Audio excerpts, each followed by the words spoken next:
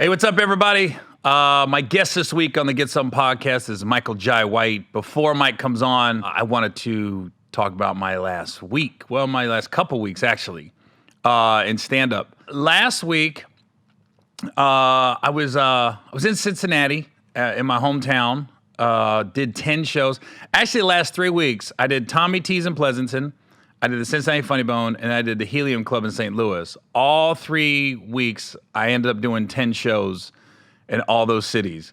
But you got to realize the clubs are half full, so 10 shows really equals out to 5 sold-out shows in a normal club. But it's good to see people are coming back out and, living their life again. And the clubs do an amazing job of keeping socially distanced. They sanitize it. It takes an extra half hour in between shows so they can really clean the room. They got like these like sprays they spray. I guess it kills all the germs in the room. And everybody has to leave the room for like 20, 30 minutes. But this weekend I'm in Phoenix, Arizona at Stand Up Live. Those shows are selling. We already added a 4 o'clock show on Saturday.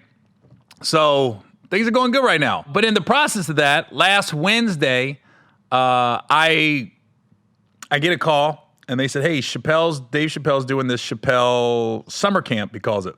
Now, I got a call about 2.5, 3 months ago to do it, but I got it like the day of. I guess Dave thought I was still in Ohio full time. I still have a place in Ohio, but I also have a place in California. So I wasn't in Ohio.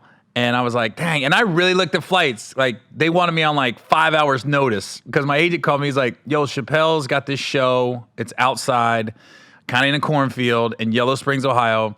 And he wants you on the show. And I go, when is it? He was like, 8 o'clock. This is like 11 in the morning West Coast time. So 2 o'clock, I just couldn't get there in time. And then, so it ended up, my schedule worked out. They've called me a few more times and I was working. So I got to actually go last Wednesday and do Chappelle's summer camp. I saw Joe Coy post something on his Instagram where he said it's kind of like it's a Woodstock for comedians, where he creates this environment where you literally are in the middle of nowhere in Ohio, small town, and I know Yellow Springs because I'm from that area, but it's a beautiful stage. You got these people sitting outside. If you saw Dave's 846, that's the exact same venue that he's filming at. He's got camera crews everywhere, a boom mic. I mean, they're recording everything. So there's going to be some amazing footage when all this is said and done.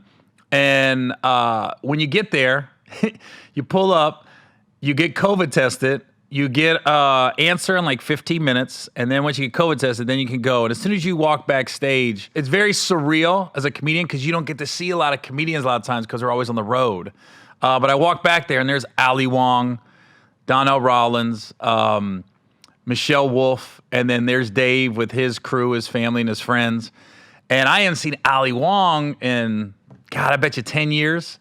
And no, probably 8 years. She was on a TV show me and Shaq had called Upload. And I remember I told her, and my wife told her that I always said the first time I worked with her was at the San Francisco Punchline, probably 15 years ago. And I said, God, you're going to be huge. There are just some people, you see something in them, I go, God, you're going to be huge. I just remember, I remember my wife told her that when she came to do Upload with the show with Shaq. And my wife said, Gary always said you're going to be huge. And Gary, for some reason, he calls it every time. And so I told her, I said, hey, did you remember when I told you he was going to be huge? She said, yeah. But it was cool to reconnect with Allie.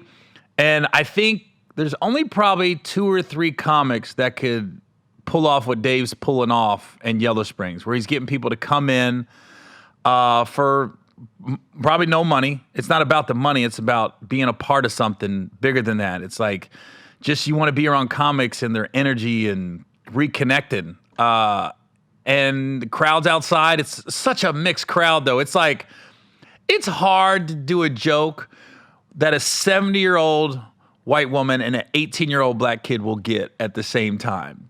But that's what you're getting in that crowd. I was like, if you can hit a joke where everyone's laughing and they all get it, I go, ooh, that's gold right there. So afterwards, you do the show, and that's great. The show's great. And then afterwards, Dave's got this, like, it's like a party shack. It literally sits on the side of a road, and you wouldn't know inside is like a DJ booth and a bar, and it's just a little party shack. And I've heard about it, but I had never experienced it. So then I go there, and I got a little too drunk, so I made myself leave. It was about 12:30, and I grabbed my road manager Brad. I said, "We're out." He goes, "What?" And the party's like in the middle, jumping. It's like Talib Kweli's there, and Stan Lathan's there, and Jeff Wells, if anybody knows Live Nation's there. So you got all these execs and power people that are behind the camera, and I just go, "I'm out." I go, "I don't want to do anything. I don't want to be the obnoxious one at the party."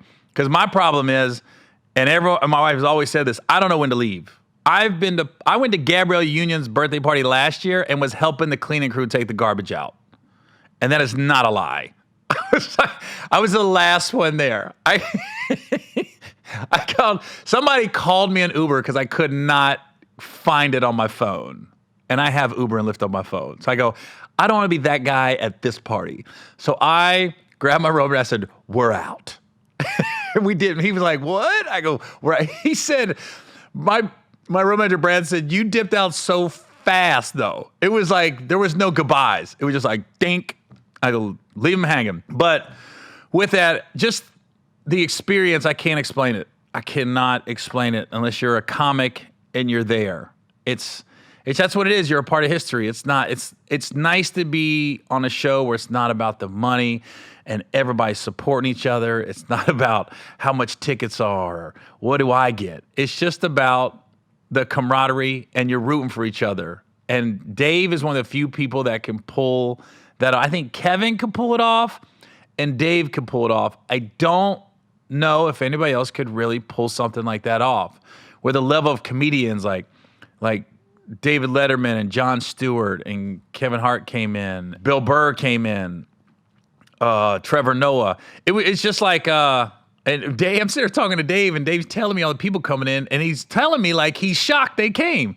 "Man, Gary, we had this guy and this guy and this guy, and he came through, and this guy came through, and then, sometimes Common's coming through, Tiffany came through, Erykah Badu comes through." I'm just like, in the middle of a cornfield in small town Ohio. It's unreal. But I hope they're continuing to do it. So I hope if you go to Live Nation and get tickets, it's just worth it to be a part of history. And here's the funny part. So I'm in Cincinnati that weekend. They asked me to do it on September 10th, and I couldn't because I was at the Funny Bone in Cincy. So I ended up doing it on the 16th of September. So I had these two guys that their kids go to school at my alumni, Talawanda High School in Oxford, Ohio. These two guys, I'll explain it. So there's this running back at my high school. He's a black kid, and my high school doesn't have a lot of black kids. And these two gay white dudes adopted him, his brother, and his sister. So they adopted 3 black kids, and I've become very close, as close as you can be, with the 2 dads. So the 2 dads, we always text each other. They text me on Fridays or message me on Facebook, I'm sorry, and give me updates on how the football team's doing, because a lot of times I'm on the road. So they become my sports center for my high school. So they came to my show on Friday, and he messaged me after my show, and I brought him back to the green room. We got to talk just about life and sports and stuff. So he texts me after, or messaged me after the show. He goes, "Yo, me and my husband, we hadn't been on a comedy show in so long, had such a good time. We were like, fuck it. We just dropped $500 and we're going to go see Chappelle on Wednesday. He's always got these surprise guests." And I went, "Well, don't tell anybody, but I'm the surprise guest." On Wednesday, I said, "So the $80 you spent to see me on Friday, you're going to get some of the same jokes for $500 on Wednesday." But he also got to see Ali Wong. So she was another surprise guest. I wish I could have stayed the whole weekend, but I had to get back on the road. I hope my schedule lines up where I can get to do it again. Because it's just, I know it's cool to be part of history, and we'll post some pictures. We're going to flash some pictures on the podcast this week, but I just can't, I hope they cut it up and make it into something special about the summer 2020, because with everything in chaos and the whole world, if you watch the news, feels like it's going to shit. This was like a break from all that. For like, I don't know, a couple hours, it felt like everything was good in the world. Let me tell you the most embarrassing thing that happened to me that night. Well, maybe not me, but maybe Chappelle's wife. Well, Chappelle's got the party shack. So I walk in, I got to use the bathroom. There's like 8 people there. That was one of the first people there.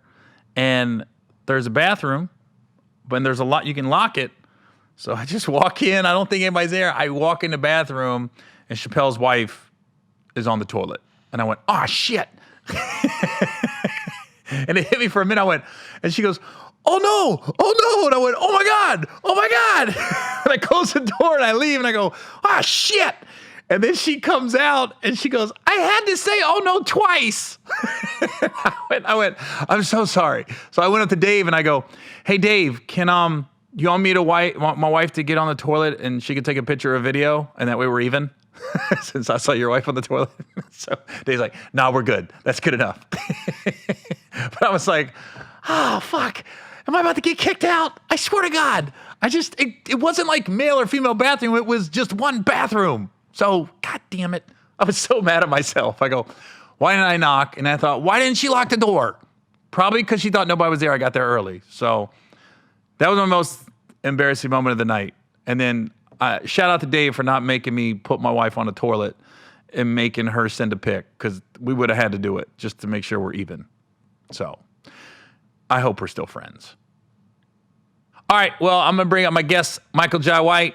And yeah, hopefully I get to come back. It was awesome. Hey, what's up, everybody? My guest this week, Spawn, Tyler Perry movies, Mike Tyson, legendary UFC fight parties. But more importantly, we have a movie coming out this week called Welcome to Sudden Death on Netflix. Michael Jai White is my guest. What's up, y'all? I don't know where to look. It doesn't matter. Okay. It doesn't matter. All right. Okay, I'll give the backstory of how we really met. Like, I knew your work, obviously, but we had like, one day together on Undercover Brother 2? Yeah, Maybe 2? A couple of days, something like that. Yeah. But I remember you was laughing because there was one scene where you walk in at the end of Undercover Brother 2, and I didn't really have a line. I just looked at you, and you kept laughing. You kept like, what are you doing? You busting out liquor? No, it's kombucha, goddammit. Oh, God, that disgusting shit. Yes. Is this what you were trying to get me to drink? Yes. You want to taste this one. You gonna like this one. All right, let's give. Okay. I was getting a story, but we'll sidetrack into this story. Okay. So when we shot Welcome to Sudden Death, which comes out this Tuesday on Netflix, me, you, and your wife went grocery shopping, and you guys grabbed all these kombuchas and told me how good they were. And then I went on Instagram and I told you guys, oh yeah, they're good. I like it. It's pretty good. Classic, talk behind people's back. I go on Instagram and I go, anybody ever had kombucha? That shit's disgusting. Who drinks that shit? It's nasty. Mike, I think we were done shooting. I think I waited till we was done shooting. Yeah. You sent me a message going, hey, motherfucker, you could have told me you didn't like it. I said, it's disgusting. It's damn good for you. And it a lot of antioxidants, a lot of, you know what, just taste that. Now tell me, okay, is that disgusting? Okay, here's the thing. There's a lot of pressure right in front of me. So no, you're going to be honest, it's your show. It's your show. That's pretty good. All right, that's pretty good. Okay. We can't leave so much sugars on it. No, not much. It's natural honey and all that type of stuff. I'm not trying to work for the company, but you know, my friend. Why didn't you give me this in Canada? Well, because they didn't have it, did they? No, they didn't have it. Well, that's decent kombucha. That's my favorite right there. Where do you get this at? Whole Foods and all those kind of very expensive. Wild Tonic, Blueberry Basil, June kombucha. What's the benefits of kombucha? What's it do to your body? It's like healthy gut, antioxidants, fights cancer, all kinds of. Man, it's just about a little bit of everything.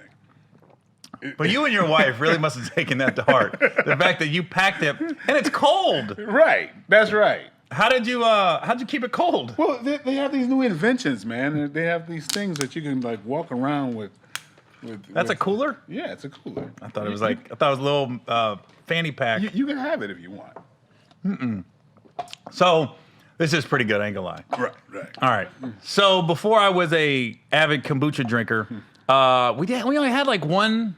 Well, we have one scene on Undercover Brother 2. Yeah. But Well, you a couple kept of them. laughing. You kept like looking like I can't look at this guy's face without laughing. And I don't know if I should have been offended by that. No, you talking about around the boardroom thing? Yeah, man, because you just had a different. I mean, I couldn't get ready for all the different things you were doing, and so it kind of threw me. So I mean, I had to kind of like look at you, but not look at you. I had to do that a lot in this movie too. I was like, man, this dude. Well, Welcome to Sudden Death came about. I'll never forget it. I'm in Spokane, Washington, and I get done with the show, and I'm doing a meet and greet, and I see. I don't get a lot of DMs, by the way. I'm not a rapper, so I see most of my DMs are, "Can you pay my bills? Can you?"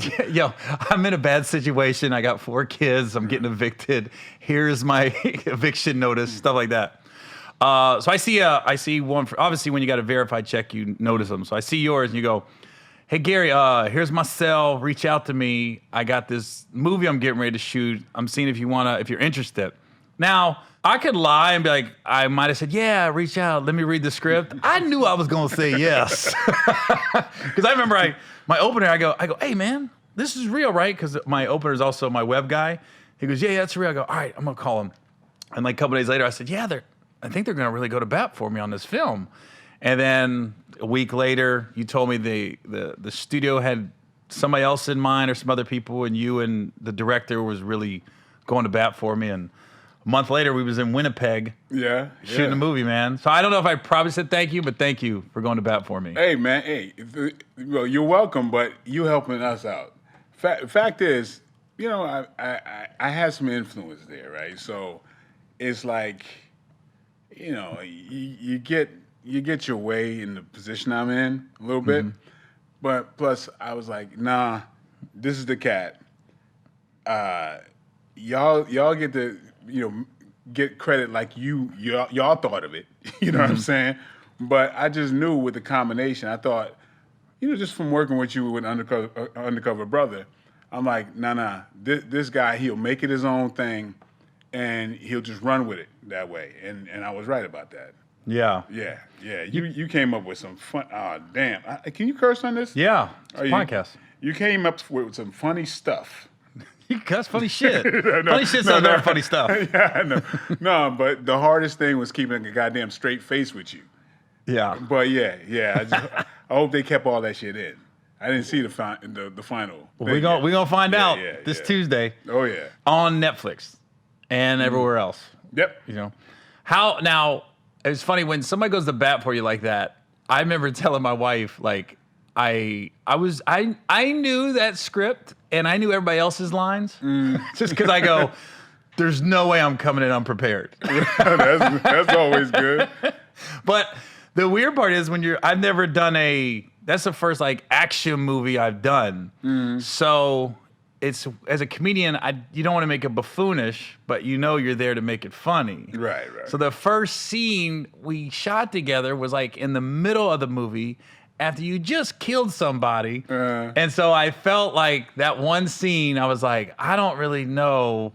I didn't know we're organically how our characters are going to interact. It's such a weird dynamic. The first day, the first scene, I'm standing over a dead guy that you just killed, and I'm going, okay, I don't want to act like, oh my God, there's a dead person. But then I also want to be like, I want to be funny.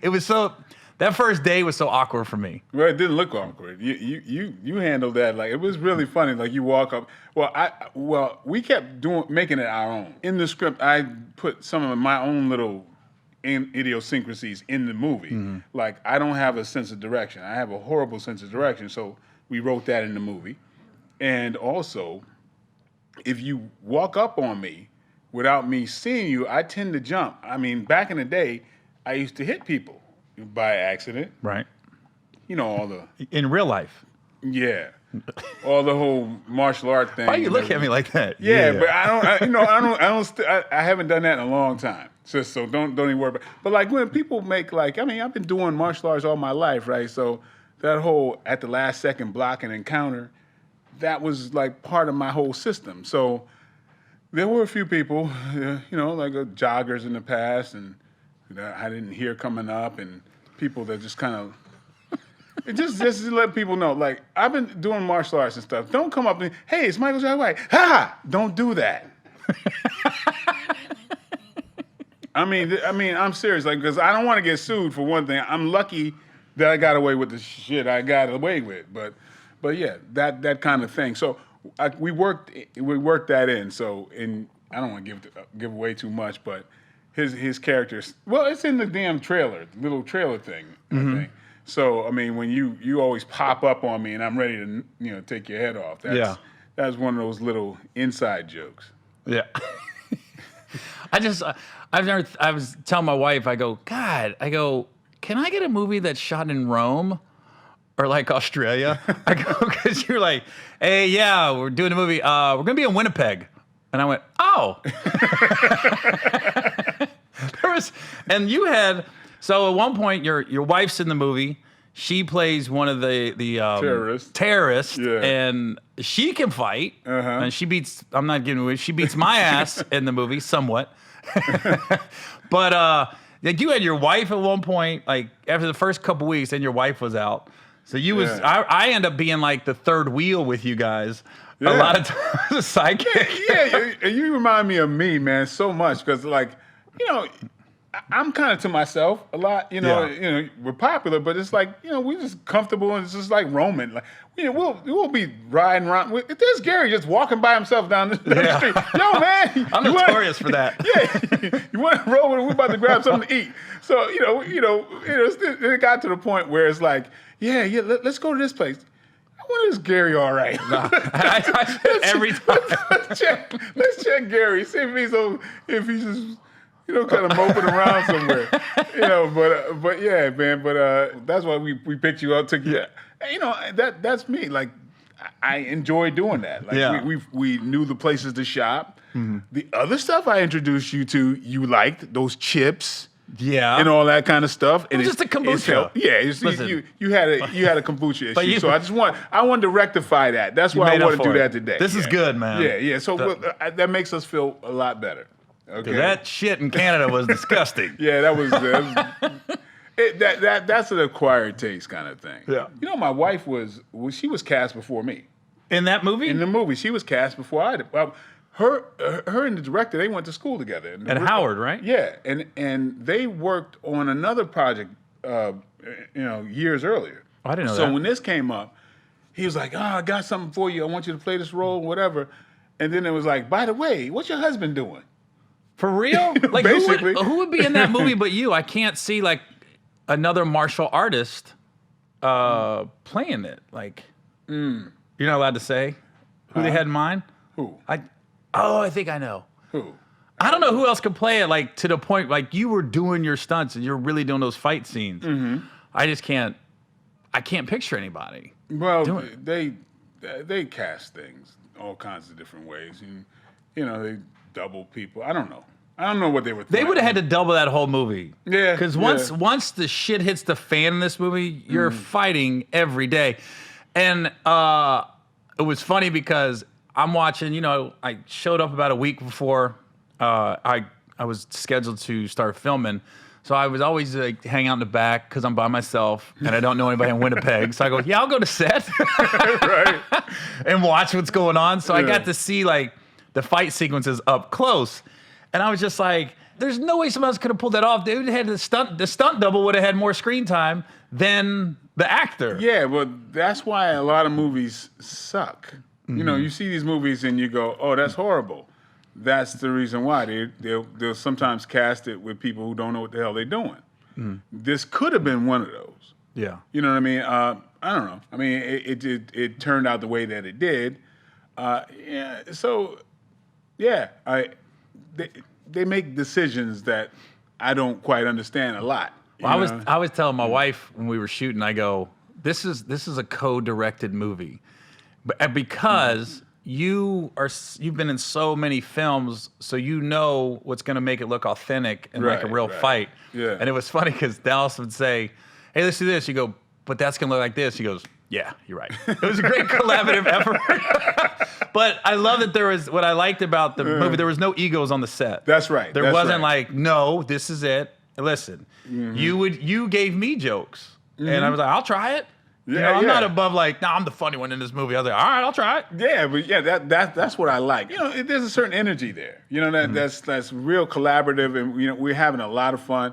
I like to, I come up with jokes against me. You know what I mean? Yeah. But that's fun. I don't have that kind of ego. Whatever. But literally, I mean, I've written jokes for stand-up comedians. I don't want to say anything, but there's I can't not think in terms of humor, and that's why I like some of the things that I enjoy writing. Like I wrote Black Dynamite. Yeah, it's the way my mind works. By the way, as far as in the stand-up world, that's one of the best comedy movies out, just because it was just there were so many comedians in it. You know what I mean? And you're like, oh, what is he doing in it? What's she doing in it? So it's just natural. You get a bunch of good comedians together. Right. Organically, they should come up with some funny stuff. Yeah, but it really there wasn't a lot of improv. Because the thing is, I had to really take everybody and just go, no, you guys, we got to take this serious. You're not. This is not meant to be funny. What's funny about it is how serious you are. Yeah, you know what I mean. And so when they get that note, they're right in there. Because because so many comedians are used to trying to make something funny in the moment. Yeah. But it's got to be the narrative. It's got to be a bigger thing. And so that's the thing. Like if you're doing it, authentic to the '70s, you are taking this real damn serious. Like Three the Hard Way was about poisoning the water systems in Chicago, New York, and L.A. that about a liter's worth of liquid that would kill all the black people. Yeah. Right? These were grown-ass people, and that was the movie premise. Yeah. They were dead serious about that. I don't know right? if I'm supposed to laugh at that. That's fucking hilarious. You know what I mean? Am I allowed to laugh at that? No. But the audacity to have your movie about that. This leader is going to be dumped in the water system. It's going to kill all the black people. Where paranoia was that high, and the whole conspiratorial thing was that high at that time, that was serious, right? Wasn't nobody playing that as a joke, but that's why it's hilarious. Jim Brown, Fred Williamson killed something like 80 some odd people in that movie. That's okay. Yeah. You know what I mean? Like it's nothing. Like, what do they do for a living? They're badasses. They all have clubs. They all have, I just think about it. When I was growing up, I'm going, damn, I got Superfly, the Mac, and Willie Dynamite on my wall. They were pimps. Mm-hmm. Is that not hilarious, really, when you think about it? Yeah. So that whole world going, taken serious, I'm taking this completely serious, makes it hilarious. Mm-hmm. And so, get off this soapbox real quick. But that's kind of like, the style of that humor. Yeah. Yeah. So, but people who are naturally funny, directed in a certain way, is going to be absolutely hysterical. Yeah. Yeah. So you wrote and directed?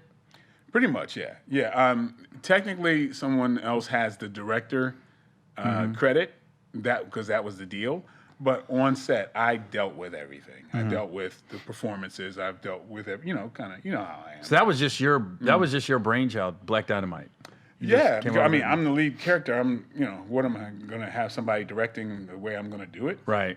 Really, so that's kind of, and now we're about to do, I have a follow-up to that, with. I had Tony Baker on last week. Yeah. And when I talked to him, it was funny because you reached out to me again and goes, hey, can you get a hold of Tony Baker? I said, yeah. So I called Tony. And I remember I was texting him, he texted me back, and then he went silent. And then last week he told me, I fell asleep. And I woke up and I had missed like 3 calls from you. And I was like, what the fuck? This guy not want to do a movie? So he probably called me. I said, dude, call Mike. I go, he's got this film. I said, he wants to bring you in on it. I go, I don't know what it is. I said, I'm just leaving it in his hands because I didn't know what you want me to tell him. And then I almost felt like a proud uncle when I saw Tony post a picture on set and he had the hair with the part down the middle. Right. And he couldn't say what he was working on, but I knew. Right. But I told Tony, I said, listen, when somebody goes to bat for you like Mike did with me on Welcome to Sudden Death, I go, I would have been knocking on your door if you would. I said, all right, I got to pay him back. This is my turn to pay it forward. I am so, dude, I am such a fan of great comedians. My wife and I remember Tony from day one, you know, and you know, just watch this guy who always changed up his act is like he's got classics that he's tossed aside. Yeah. You know what I mean? And just kept evolving. And so I'm like, man, that guy, I see the work. And I feel like, man, just like you, I feel like you belong on another level. You know, you need to be open up to a wider audience. Tony's another person like that. But beyond it is just the type of people you are. That, to me, I don't give a shit how talented somebody is. It's like the person you are, to me, that means, actually the most to me. You know what I mean? Because that's something that's going to, I would think that's going to continue on. And when you can just look at the world in such a way and decipher it and make it funnier for everyone, because you have that everyman kind of view. I think that's some of the best comedy, and I think that's some of the most pervasive comedy. So, I'm a big fan of that. Tony killed it. Oh, without question. Killed it in this movie. And I'll show you some stuff that, after this thing. That, Tony, Gary Anthony Williams, they worked for the first time together, and you would think that they were like a freaking duo. Yeah. Unbelievable stuff they're doing. Well, it's probably like when you were talking about Black Dynamite, like Tony just give him the lines and he'll just, make it his. You can tell him exactly how to deliver it, exactly what to say, but the way he's going to bring it out is going to make it funny. Yeah, and then his energy on top of another creative energy, like the stuff that he and Gary created, I can't take credit for. Because they with the alchemy of those two people, they created shit that I didn't write. I give it up to people. Like, I almost wrote every damn line in Black Dynamite.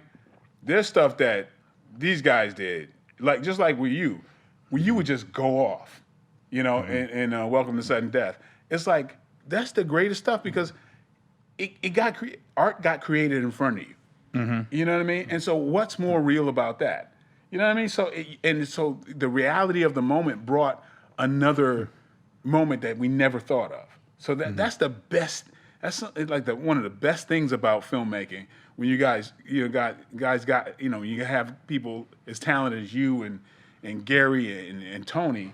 That's just some magic stuff, man. Yeah. So that's why I love working with people like you. Are you able to give the title of the movie you did with Tony? Yeah, it's Outlaw Johnny Black. Outlaw. You showed me the trailer when we were shooting Welcome to Sudden Death, and I was like, oh, he's got another one. Another Black Dynamite on his hands. Yeah, but that trailer was done a year and a half before I started filming. Filming the movie. Black Dynamite or Sudden Death? Outlaw Johnny Black. Yeah. I showed you the trailer to Outlaw Johnny Black. Right. I shot a mock trailer first. Yeah, that's what you told me. Right, but that wasn't the movie. That wasn't a frame of the actual movie. Yeah. I remember you told me that. You go, yo, I'm getting ready to shoot this movie, and you told me all that. You said you was calling him favors, like, didn't Kim Whitley come in on like an hour's notice or some shit like that? Yeah, but who showed up for the movie?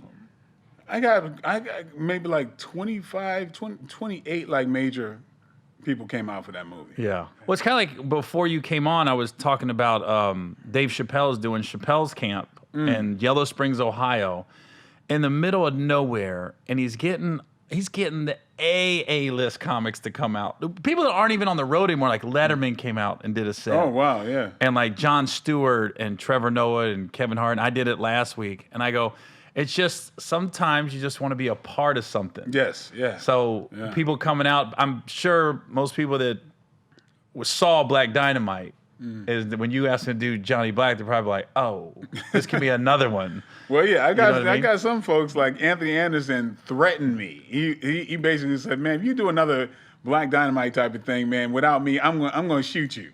Well, Dave Chappelle said something along that line too. Yeah, but it's funny you say that because that Black Dynamite is so Chappelle. It's so Chappelle-like if you think about it. Yeah, absolutely. I remember I ran into Dave at the coffee shop in New York on 14th Street. It's this kind of a very well-known meeting place. A lot of people in the industry, models and stuff, used to meet there. And I ran into him before he had just shot the Chappelle show. And I had this idea with the whole Black Dynamite thing. And he was like, "Mike, man, I got this show and what," and I knew he was excited about it, but he was just like, he couldn't tell me too much about it. Yeah. But it turned out to be Chappelle's show. Yeah. And man, that was like, wow, this is what he was talking about, Yeah. Yeah. So it's, it's like one of those moments in time. But like that guy, man, I'm a super fan of his. And if you get a chance, why he's doing it, it's worth the trip to Yellow Springs, Ohio. Just because Joe Coy said it best. He said it's like a comedian's Woodstock. Yeah. Because you don't know who's going to be there. Yeah. And it's in the middle of a field, and it's not so much the show; it's just the energy of the show. And then afterwards, Dave's got this party shack. It sits on the side of a road. You drive by and you think it's nothing, and then you go in there, and it's like a DJ booth. There's a bar. It's a little nightclub, but you don't know who's going to be there. You can look over, Common's there, or it could be like the Quest Loves DJing. You're like, what the fuck is going on in here? Right. I did it last Wednesday, and I was drinking too much too fast.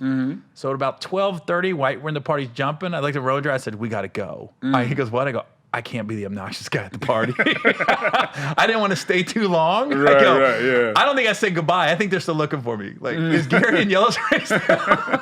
When I just disappeared. That sounds like a moment. I mean, like, hey, I guess that sounds like a comedian's kind of a. Yeah, but you never know. Dave's so he's got a lot of music artists too. Like the day I did, Talib Kweli was there, and there's a couple other black artists. I didn't know their names. Lil somebody. There's some conscious rappers. I was like this. Okay, yeah. I know one of your lyrics, but I don't know your name. Yeah, shit. I feel old as hell, man. There's all these people nowadays that I'm like, man, who? I'm Lil this, little. Oh, there's so many Lils? Lil Poop Diaper? Yeah. I don't know, like. Poop Diaper? Yeah. He's got the shitty single. Yeah. Coming out. Yeah, I'm like, some of this stuff ain't for me, man. I'm waiting for this trend of rap to just go by. I mean, everybody sounds the damn same to me. Yeah. I'm just old. I'm sorry. Just that hickory dickory dock thing, man. Yeah. Come on. Everything sounds like that to me. Yeah. Now, when you're working out, what are you listening to? Old hip hop, violent ass lyrics that people younger than me shouldn't be listening to. But I could discern it. But it's crazy. Like some of the most violent, ignorant ass lyrics. He's drinking more of it. See, babe, I told good. You. Yeah, but I feel healthier. I can feel the pounds dropping. But I listen to there's a few and I almost hate myself because I was a former school teacher, so I was always talking about images and influences and crap. I was a real school teacher before I was an actor. Like Mr. White. Yeah, Mr. White. And what grade? 6th, 7th, and 8th. I was EMD. I was I was a special ed teacher because I was a special ed type of kid. I was. You told me that. I've been on my own since I was 14. Yeah. All that kind of stuff. I thought I had a rough childhood. And then you start telling me about yours, and I go, hey, you never know. Everybody's going through some shit. Yes, sir. Everybody's going through some shit. But it's the reason, bro, why I'm the happiest person I know. It is the reason why I'm the happiest person I know, because I remember what the hell I came from. Yeah. When I didn't know that everybody didn't experience getting shot and everybody didn't lose so many people around them, that was just commonplace for me. Yeah. I didn't know that, and then winding up against all odds, going to college and straightening up and becoming a teacher after I had done so much out there. You know, at the right time, I'm the luckiest person on the planet. So I got to give back as far as dealing with that type of stuff. Yeah. But man, seriously, I'm not supposed to even be here as far as the odds is concerned. Yeah. For real. Well, I always say, like, doing movies is great and it's awesome, but what I like most is you get to know people's backstory and what made them tick. And like we're all in the same industry, entertainment industry, but like I say, there's those moments like me and you talking in the makeup trailer just about how we both grew up. And I go, those are things like I hold on to more than if they say, hey, what was it like working on Sudden Death? I go, stuff I liked the best was actually getting to know people and how they came to be and how they came to evolve into the person they are. Because knowing you, I would think you grew up in a 2-parent home. Your dad put you into karate at 5. You're so like, you don't ever get too high, too low. Like I when I see things going around you, I see you're always just processing information, like, and then you don't like react immediately, like, okay, you process it and then you respond accordingly. So that's what I would think. And then when you told me your upbringing, I went, what the fuck? No, seriously, man. I had the worst temper that I've ever seen of any human being in my life. See, I've never seen that side. I would never think that. I don't ever lose my temper now. I mean, my kids can say they've never seen me angry. My wife and we really had maybe 3 disagreements. It's not even full-fledged arguments, really. And I've known her for 25 years. But I didn't start out that way. Yeah. Dude, I was the most mercurial, like it's because, man, when you're sensitive, I was an artist, right? Didn't know that growing up. But you really have the heart of an artist, but you're in a surrounding that is going to beat on you and, try to exploit every sensitivity that you have. Well, you kind of self-destruct. You create this armor, but it's like you don't give a fuck. You will fight to the death in a second, or for your homie or somebody that's close to you, because all you got is your love. You don't know what to do with it. You've got this abundance, but now that turns into you protecting whatever little world that you have. So I experienced that early on. Dude, a partner of mine got out of prison. He's been in there for a long time. I haven't talked to him almost in like 28 years, right? He just got out, and we reconnected over Facebook like about a few months ago. And he reminded me of shit that I tucked away. And I'm like, no, that never happened. And it's like, oh my God, it did. It did. And that, things that it's like, that would be a movie right now. Like, and I didn't, and it was just so commonplace in my life at that time. The people I hung with they were predators. I loved to fight. I loved to street fight. I was,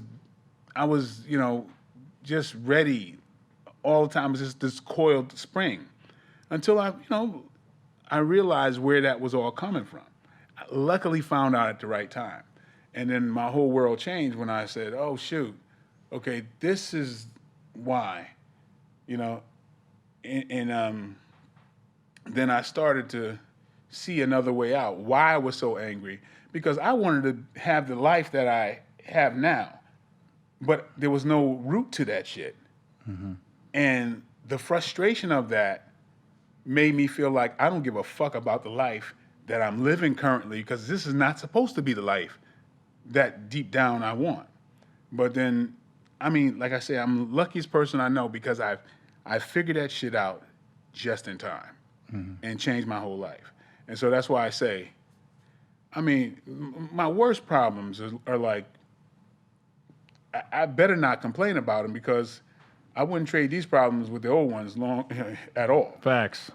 Yeah, so to whom much is given, much is required. So that's my position now.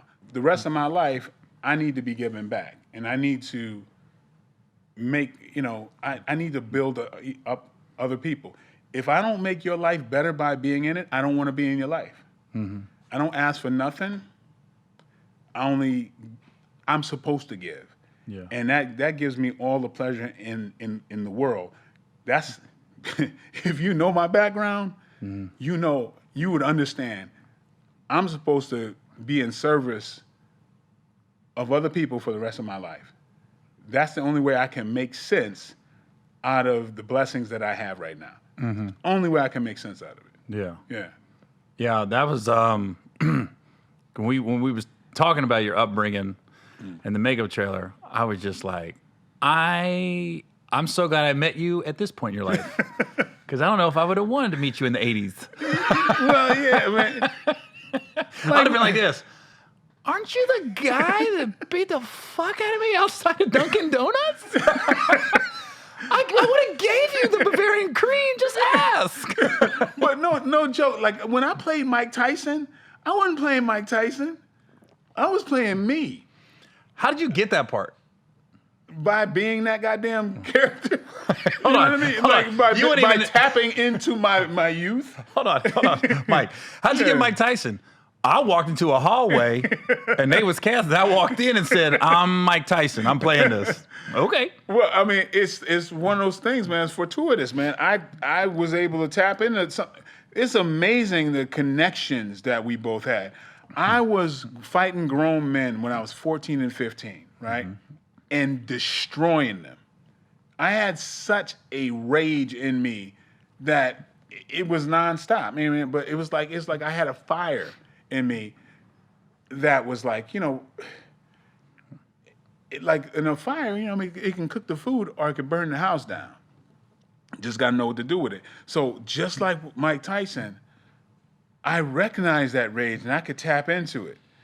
And that's like almost like a little superhero switch that I can, I can do it in the movies. I can go blip, or if there's a good reason to, I can tap into it anytime I want. I know where it comes from. Mm-hmm. That's another reason why I train the way that I do is because I think that there's a harmonious balance that training provides me. Mm-hmm. You know what I mean? And not to say that I'm still crazy and I have to do something. No. But there's some reality to it. I had no fear, zero fear of anything, of guns, anything. And so knowing that I had that ability to go there, and it's one of the reasons why I've never drank, I've never been high a day in my life, because almost everybody I've seen get taken out is because they were a step too slow. And I feel like I wouldn't be here if I indulged in that. Yeah. So still, see, that's that's the kombucha. Right. That was like this. But I was but even when I was at my most violent, I was always focused against I love to fight bullies.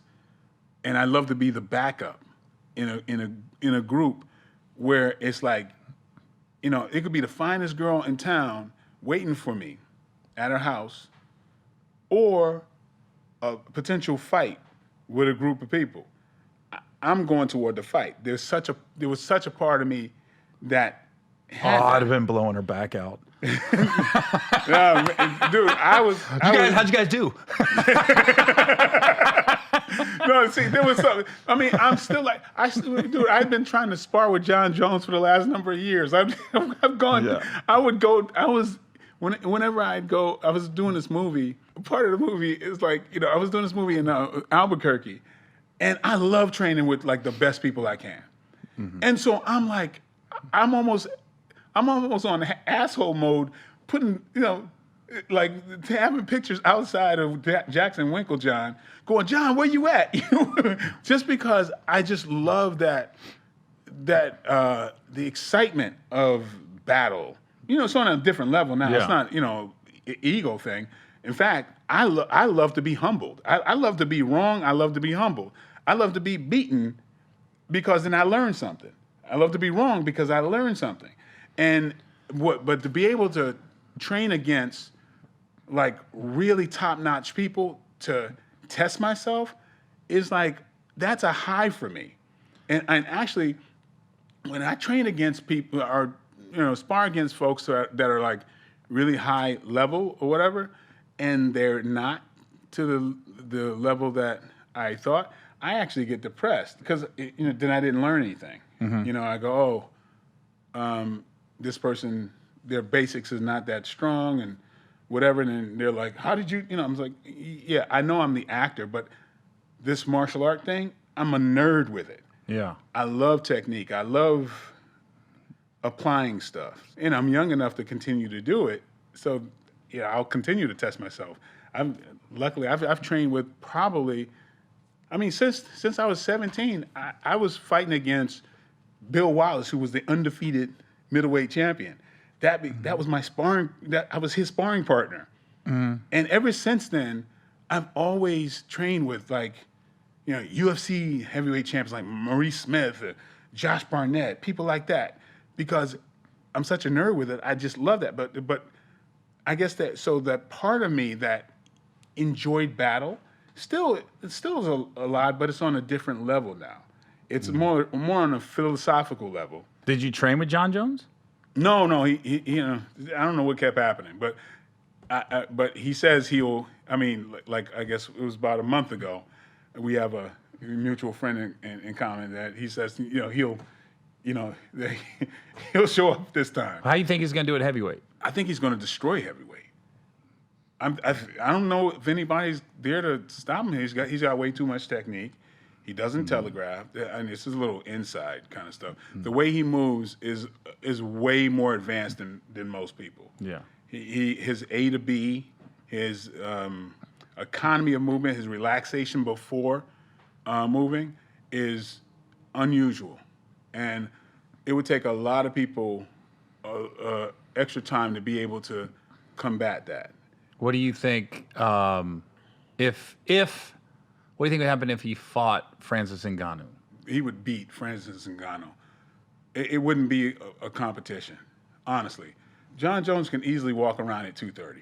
Easily. Yeah. People think about... I'm saying like I know. Yeah. People think because he's thin looking, but when you're if you're thin looking at 230, you're all bones. That's solid. You know what I mean? But if you're muscled up at 230, you're not that him fighting Dan Cormier. If you see, it's not. Don't think about what you're looking at. Think about their bone structure.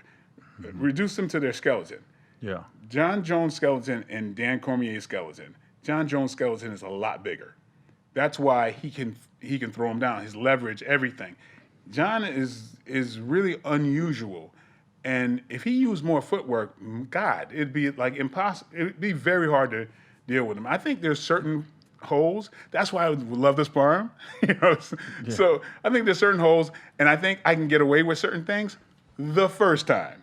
I don't know if I get away with it the second time I fight him, but I think there's certain things I could exploit the first time we meet. Who are his parents? Because you got two guys in the NFL. And then you got UFC champ, and I'm and they're all three excelling. There's his one brother Chandler. this case made, he's the best D lineman in the NFL. Well, there's some heredity right there, man. Good there's Lord. some, yeah, but John deadlifts freaking 8 45-pound plates. That's ridiculous. And he's he's crazy strong. And look skinny. But look how tall he is. And it's not like a short guy that's got to just go, about 3 inches, and he's this tall dude. He's a phenomenon. Well, I guess if you think of how good Daniel did moving up to heavyweight, you figure John's going to translate just Daniel as well. was heavyweight at first. Yeah, he came down to lightweight. Right. Yeah, but John would have an easy time. Stipe Miocic, he'd have an easy time with these guys because they're not as fast as the light heavyweights who can't really land on John. They're slower. So, you think they're going to land on John? Do you think John's going to land on them being faster? I see it as, I know it's heavyweight, but I think he would have an easy time at heavyweight. Because the heavyweights, I don't see any heavyweight with the basic skill set.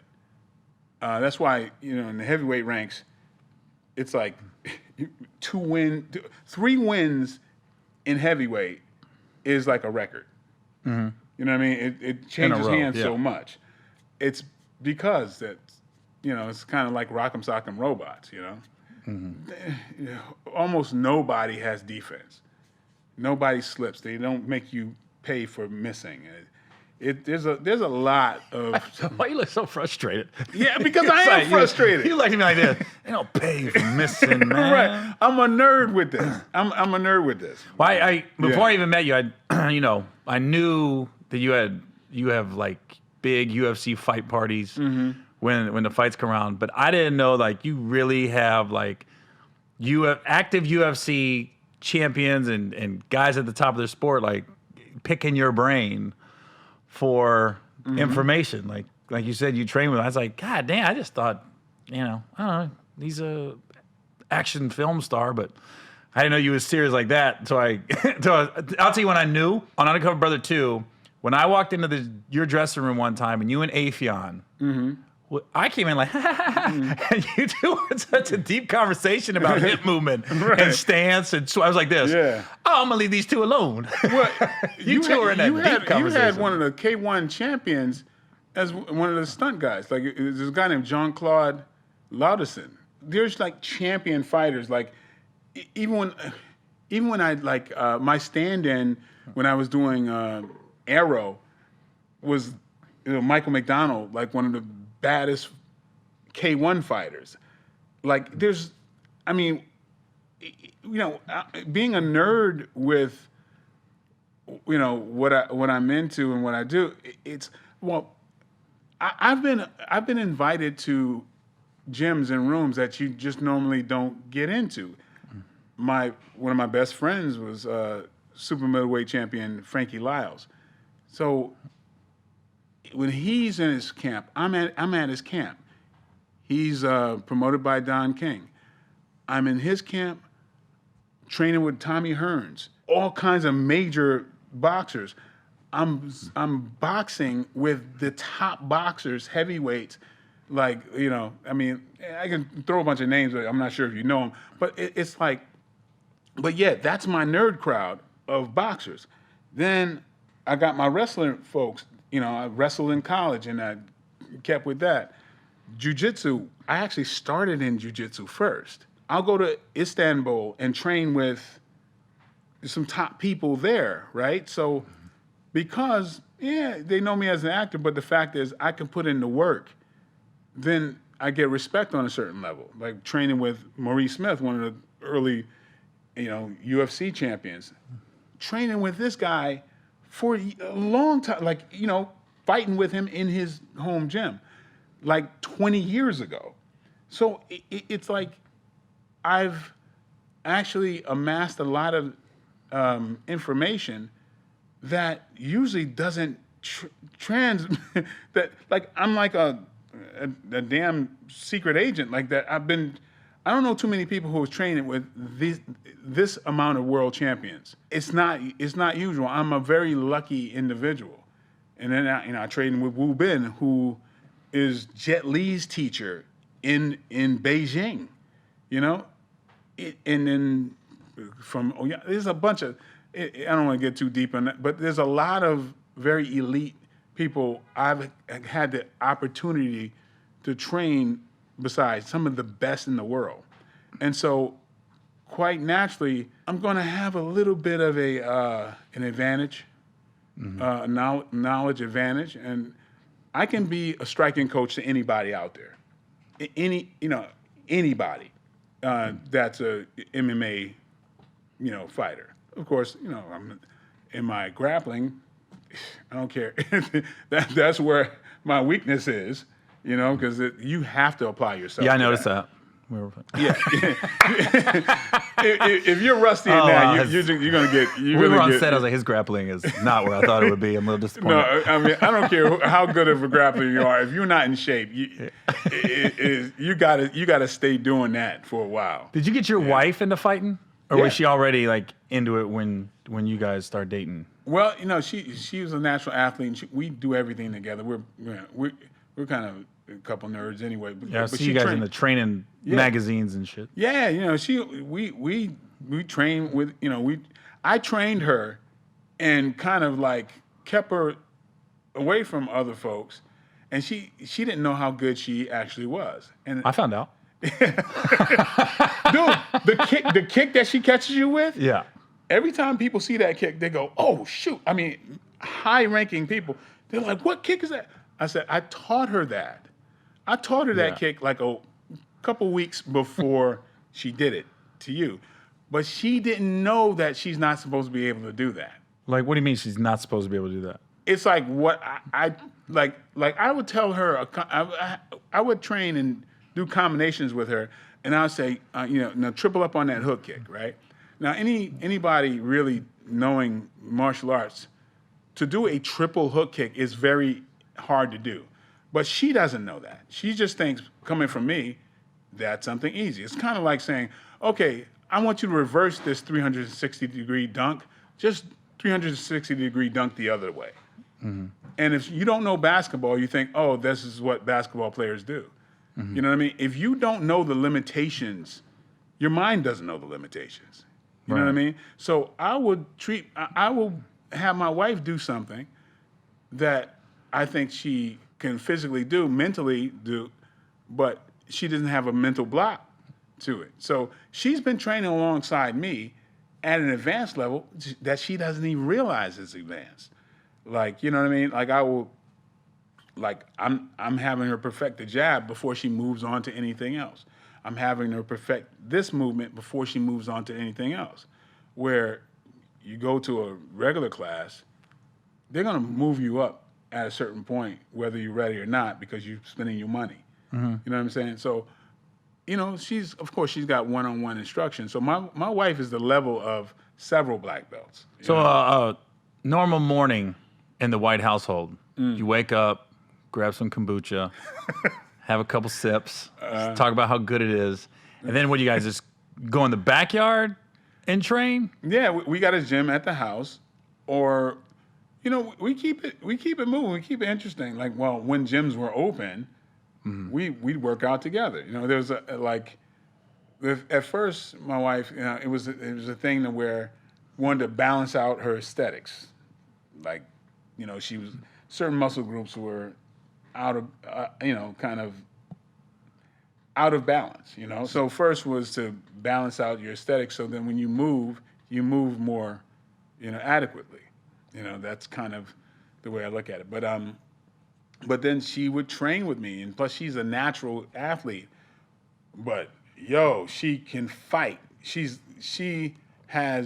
doesn't fight like a girl at all. Really? No. Wouldn't notice that when she kicked me in my face. Dude. Well, the most worried I was in the entire movie is doing the fight scene with her. Because and her? Yes. Because I trained her to tear people's heads off, right? To really hit hard. She only knows how to hit hard. She doesn't know how to pull punches. Mm-hmm. So I'm like, Jesus Christ! Like, if she messes up, we're gonna be in trouble. Oh. So I was gonna say we're gonna fight for real. No. It's like there's times where it's like even at home it's like it's 1, 2, 3. Okay, all right, no, babe, no. So it's like I gotta be ready. So it's like. I'm ready to move no matter what. If she slips up, I got to move because she will crack my eye open. She don't punch light, right? She doesn't kick light. She's not been told to go like this. You know what I mean? She's told to murder you, right? So it's kind of like I was in.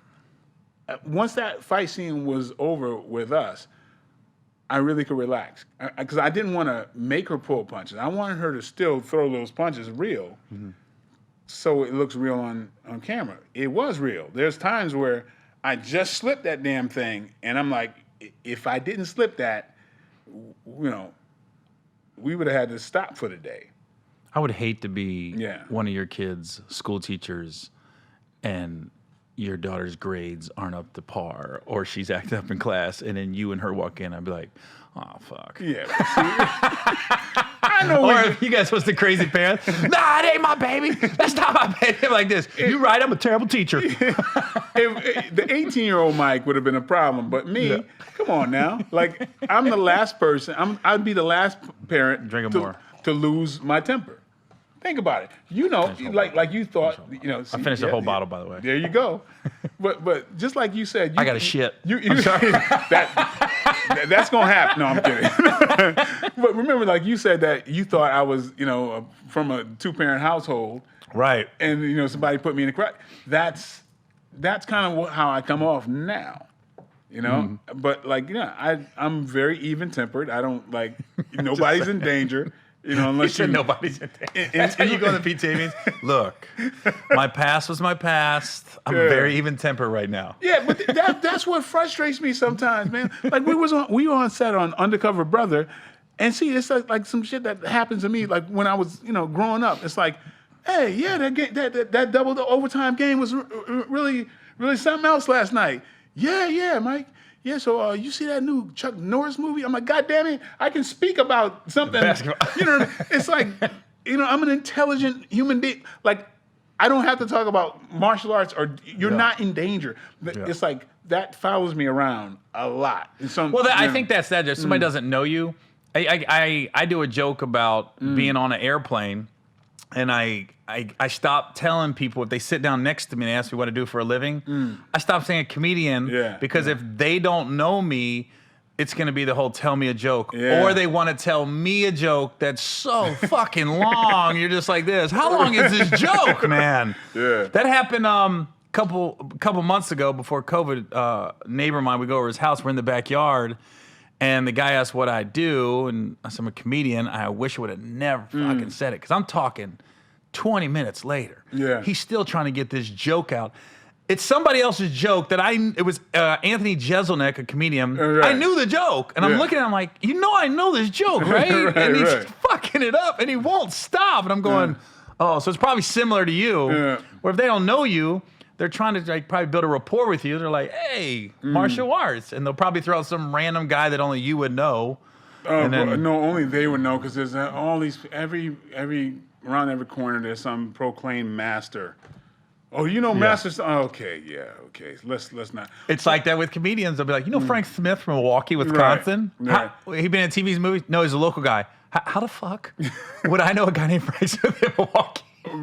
Bro, it just happens to me all the time. Or you ever had to fuck somebody up? Okay, here we go with that. or I'm meeting with a captain of industry, some studio boss, and they got to tell me their tough guy story. Yeah, I may be scrappy, but there was one time I was like, Jesus Christ, I got to listen to your tough guy story. That happens a lot. I told you right off the bat, Mike, I don't get in fights. I'll run, Mike. Shit pops off. I'm in the car. Yeah. Just hop in. It's already started. But it drives me crazy sometimes. I think, we're going to talk some business, okay?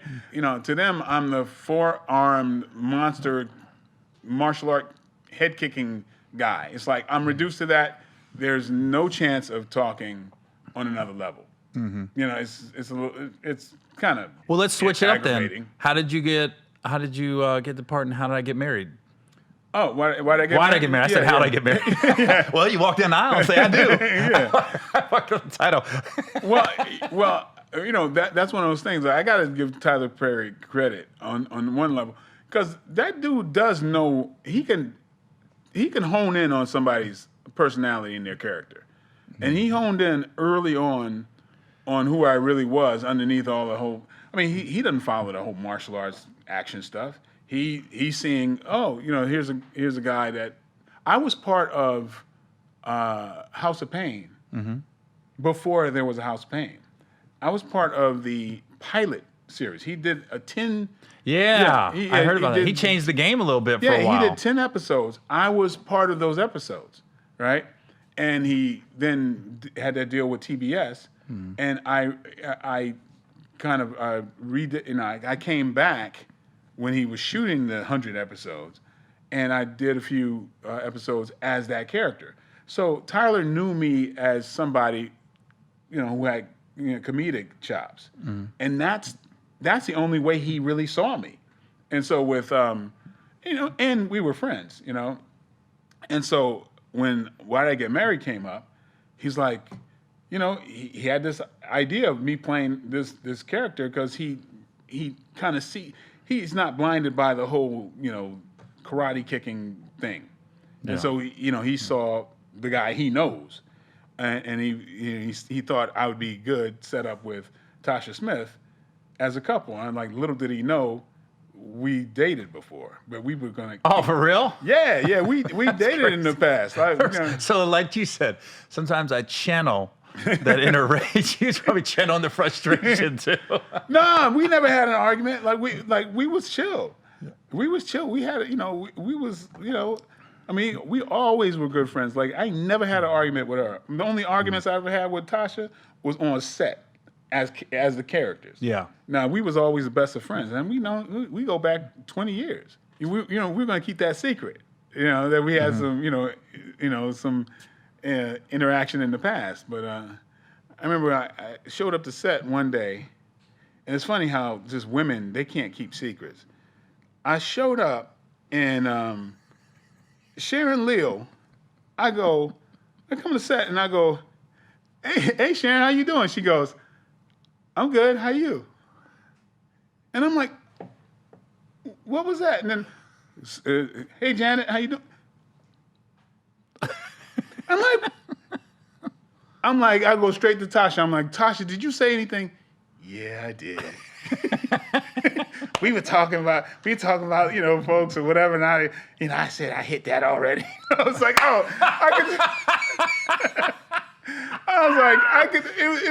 it was immediate. Like they just told on themselves. Yeah. Like, yeah, I hit that already. Yeah, but then Tyler started getting when we had like any kind of interaction and stuff, he'd be like looking at us like, is there still something going on? Like I'm like, man, Tyler, you shouldn't have said nothing. Yeah. Let me ask you. I always ask this to all my guests before we get off the set. Any actor or director, either one, that you haven't worked with, that you want to work with? God, yeah, man. You know who I want to work with? This be politically incorrect, but I just love his directing style and writing. Louis C.K. Yeah. Well, I love Louis. I'm a comedian. Dude, I think what his series are just amazing. Did you watch Louis? Yes, of course. How good was that? Frame of Louis. Yo, every time I watched it, I go, especially when they dove into the stand-up realm. I was like, that's so... That and Crashing. There's a show called Crashing on HBO. I don't know that one. Oh, it's... For me being a stand-up, it was so true to stand-up world. But Louis, yeah. Yeah, Louis, Taylor... The dude from Hell or High Water. Taylor? Jesus Christ. My favorite director right now, and I can't think... Taylor Sheridan. That's what I was going to say. Yeah. Taylor Sheridan from, Wind River, and he's got the series. He directed Wind River? Yes, and he also directed... that was a good movie nobody talked about. He's the guy behind Yellowstone. Oh, it's not a good show. I love this that dude's dialogue. There's not a whole lot of us in his movies, but... Well, I always say, what I want to happen with the podcast, and it's crazy, it's happened, is I say, I've asked people this question, and I said, I want, a year from now, 2 years from now, people like, dude, you go on Gary's podcast, that shit happens. Why did I have Kevin Hart on 3 months ago? And I said, who haven't you worked with you want to work with? He goes, Todd Phillips, director, and he goes, Will Smith, actor. And it just, last month it came out, him and Will Smith are doing Plane, Trains, and Automobiles. I was like, boom, one. He is Kevin Hart, by the way. That's true. Think about that. I think maybe he was the MVP in that scenario. I'm just saying, it happened. And then I had Joseph Sikora on, and he named off a couple people, but he said he wants to work with Deion Taylor again, the director. And then Deion is just doing his thing, man. Yeah. I'm proud of that guy. And then they just did a movie right afterwards. I go, I'm just saying. I just worked with one of my favorite actors of all time. Who's that? John Malkovich. Oh, for real? What'd you guys work on? Yeah, we worked on a movie called Red 48, and we played best friends in the movie. And I'll be damned, he's one of the most down-to-earth, like, coolest people. I don't give a shit about him being an actor. He's just one of the most down-to-earth people, just unaffected by this business. And, Yeah. you know, you forget he's an actor. He's that cool, you know? Nice. Yeah, real quality. Probably my favorite person I met this entire fucked up year of 2020. Nice. Yeah. Well, that's good. Well, look, man, we got the movie coming out this Tuesday. September 29th on Netflix. I hate it when they do the promos and they put DVD on there. I go, what? Who's got a DVD player? I don't have one. I don't even have one. Universal. Let's change the marketing. Right, yeah. Not DVD. Yeah. I like the fact it's going to Netflix, though. But again, I appreciate you going to bat for me on the movie. And thanks for coming on the podcast. Thanks for having me, man. Say hello to your wife and her win triple Lindy quadruple kicks. I gotta say this. I hate that fact that I didn't even say that. My wife just finished a movie called Take Back. She is the lead martial arts star in the movie. I'm proud as hell. Where'd you guys shoot at? We shot it in parts of L.A. and Palm Springs. Mickey Rourke is the bad guy. Oh, for real? So yeah, she's got an Oscar winner as the antagonist. Yeah. And I'm a supporting character in her movie. Yeah. Which is like, oh shit. But this is the first time in ever there's been a lead black martial arts star, female. First time ever. Does she hit people with that triple back kick that she hit me with? Well, facsimiles. Yeah. Well, I took that kick. Yeah. And I finished the movie. Yep. And I'm glad I didn't have a fight scene with her, but she got to slug a lot of people. Nice. And what's the name of the movie again? Take Back. Do you guys have a release date? No, not yet. No, but I'll let you know. Well, I'll have her on when that movie comes out. Yes. Because I waited to have you on because I was waiting for the this film to come out that we're in. Boom. All right. Welcome to Sudden Death this Tuesday. Thank you, Mike. And thanks for the good tasting kombucha. I take it all back. Hope I can get some free shit. Hold on. That's the best promo ever. Hope I get some free shit. Because that's really what all the celebs are saying when they pump shit. Right. Ooh, I love smart water. Yeah, this is no I have joke. an iPhone. This is no joke. This even convinced Gary, and he hated kombucha. This is a perfect commercial for him. You hated kombucha, and now you love this. He finished this. Yeah, that's wild tonic. Yep. Dude, because you and your wife, it's classic. I didn't want to hurt your feelings, but you guys were trying to sell me this kombucha, and I'm forcing myself trying to be like, it's good. Oh, God. I was waking up in the morning going, why don't I have abs? I'm supposed to have abs if I drink this. I gave up. I was like this. Fuck this shit. I went on Instagram. It sucks. Who drinks kombucha? Nobody likes it.